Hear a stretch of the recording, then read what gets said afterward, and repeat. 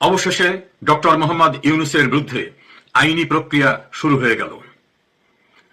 হামের প্রতিষেধক টিকা আমদানি না করা এবং চিকিৎসা ব্যবস্থায় ভয়াবহ গাফিলতির কারণে বাংলাদেশে যে নিষ্পাপ শিশুদের মর্মান্তিক মৃত্যু হয়েছে সে বিষয়ে কেন ইনকোয়ারি কমিশন গঠন করতে বলা হবে না তার কারণ দর্শাতে হাইকোর্ট বিভাগ সরকারের প্রতি রুলনীতি জারি করেছে। গত 19 মে বাংলাদেশ সুপ্রিম কোর্টের হাইকোর্ট বিভাগের একটি ডিভিশন বেঞ্চ জনস্বার্থে দায়ের করা একটি মামলায় এই আদেশ দেন।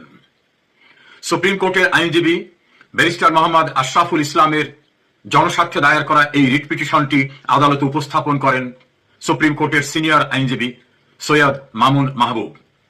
সরকারের পক্ষে অর্থাৎ রাষ্ট্রের পক্ষে অ্যাটর্নি জেনারেল এবং তার টিম এই মামলায় প্রাথমিক শুনানিতে অংশগ্রহণ করেন।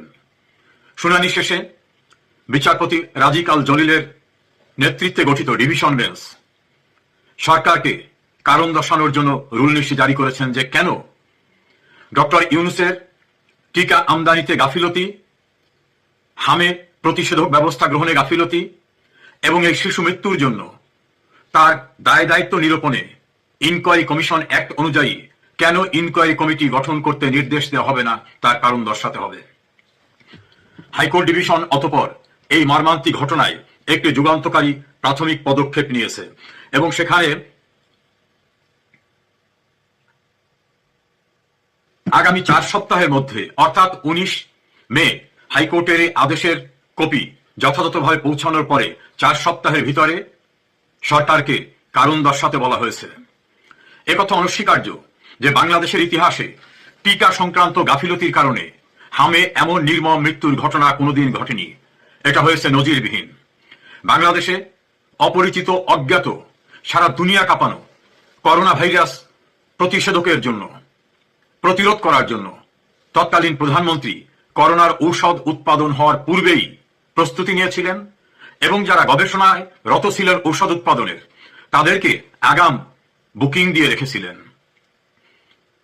করোনার ভ্যাকসিন সফলতার সঙ্গে উৎপাদন হওয়ার সঙ্গে সঙ্গেই বাংলাদেশে আনা হয়। 10,000 কোটি টাকা প্রাথমিকভাবে রিজার্ভ রাখা হয়। করোনার ঔষধকে উৎপাদন করতে পারলেই সেখান থেকে ক্রয় করে দেশের মানুষকে বাঁচাতে হবে। এছাড়া অন্যান্য প্রতিষেধক ব্যবস্থা নেওয়া হয়, প্রিভেন্টিভ মেজার্স নেওয়া হয়। এর ফলে সারা দুনিয়ায় করোনা ভাইরাসের যে ভয়াবহ বিপন্ন অবস্থা হয়েছিল তেমনি বিপন্ন অবস্থায় পড়েনি বাংলাদেশ। আর হামের প্রতিষেধক টিকা এবং অপরাপর চিকিৎসার কারণে বাংলাদেশের মানুষ ভুলেই গিয়েছিল যে হাম নামে কোনো